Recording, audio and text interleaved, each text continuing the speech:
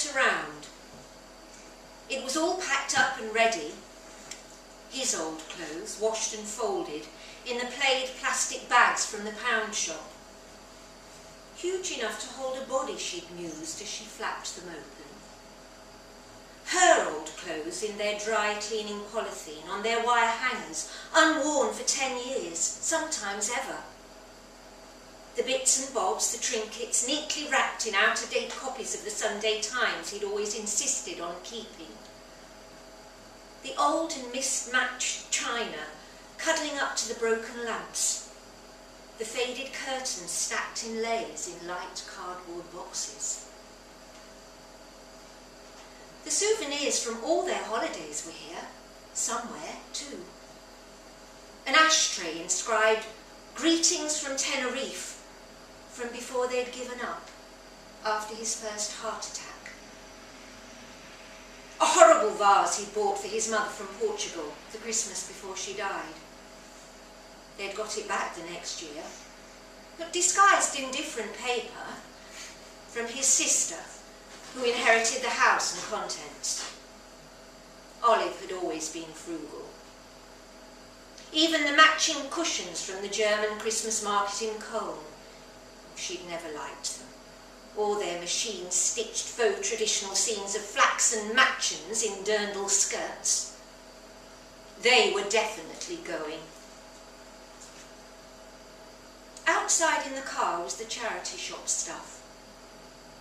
She'd only just managed to cram it all into the boot.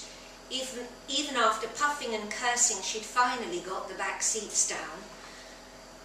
That car, a space wagon, Louisa had called it, as though it was something from an Apollo mission, had been too big for them for years, ever since the children grew up and moved away and got cars of their own. She was glad its unnecessary, unwieldy size was coming in handy at last. All his camping equipment was in the footwells. The 1.5-man tent. 2-man was definitely pushing it. The stove, the trangier, the backpack, and the 2 sleeping bags rolled tight and snug as dormice. His books took up nearly all the rest of the space.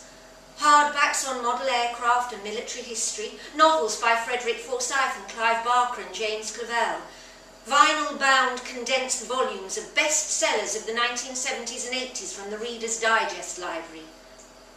She had cancelled the subscription, and a whole host of others.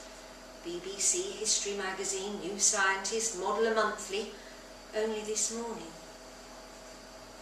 She hadn't had the heart, or the energy to do it before. When the magazines kept flopping through the letterbox and onto the doormat, it made it seem almost as if he wasn't gone. For a little while, she checked her handbag. Keys, checkbook, purse, diary, address book. Mobile phone, with charger. She didn't want to let that out of her sight, having found 2 spares for his old, never-used phone while she was sorting through. Her new laptop, with charger, was on the front seat of the car. Louisa had shown her how to work it, and the printout of her careful step-by-step instructions were folded precisely and tucked into a special pocket in its carrying case. Her overnight bag with a few changes of clothes, her pills, spare glasses and toothbrush, sat on top of the computer, disguising it in case any opportunistic thieves were hanging around Sainsbury's car park while she carried the bags over to the Red Cross shop.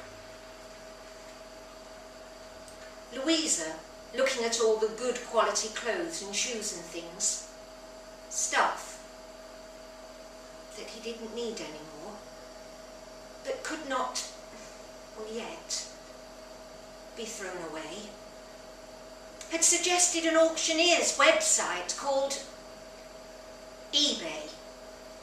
Oh, they love vintage on there, she'd said. That you could make a nice wad of cash if you'd only put them on eBay. I can show you how, it's easy here. But she didn't want to know, had refused her daughter's help. Storage. she'd insisted, for her good things and his. She knew she'd regret selling them. Besides, he'd left her more than enough to get by on. And all those clothes would probably come back into fashion just as the grandchildren hit their teens. Well, think of the money they'd save. Oh, she liked the idea of Henry, too, stepping out one day in his grandfather's old trilby and blue silk cravat. 2 rooms she'd rented, his and hers. Big as a small bedroom each. She'd seen them. Been on the tour down science fiction metal corridors led by a young man with gelled hair who talked very fast. 2 little rooms for a lifetime of accumulated stuff. She hoped it would all fit. The children had taken the decent furniture and the better carpets, cherry-picking for their own new flats. There was nothing left that she wanted or needed. That was all in clearly labelled sturdy boxes to be picked up in a few hours by the men from the big yellow storage company. Whenever she wanted to go and find something, well, a nice dress or whenever she wanted it, anyway, but just in case. Standing by the door, she glanced down at the telephone table, too ratty and wobbly to keep. Sitting next to the phone pad and an ornamental lighter from an Eastern European country that didn't exist anymore, Czechoslovakia, Serbo-Croatia, was a pristine copy of last year's Yellow Pages. Well, she certainly wouldn't want that again.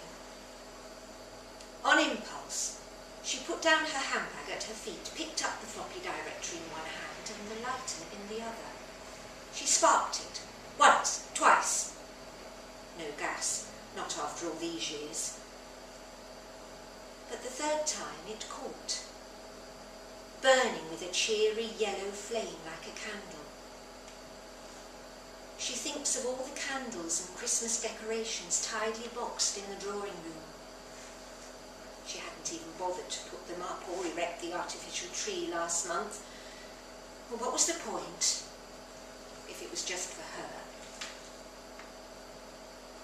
She moves the lighter flame beneath the Bible-thin pages. They catch at once, curling and blackening, the flame deep red and orange, the smoke choking. She holds it up as long as she can. It's hot and heavy, and her wrist aches. And then throws it with all her strength back into the living room, where it lands on a pile of boxes, old receipts, bills and papers from his study, and starts to burn away merrily, tall, strong flames licking at the white cardboard. She thinks of the camping trips they used to go on. Wales in the springtime, the Lake District under the stars. He'd step out of the 1.5-man tent in the morning, breathe deep, and say something about the bare necessities. Food, shelter, the clothes you stood up in, a little money, something to look forward to, and yourself. She smiles, picks up her handbag, and gently closes the door.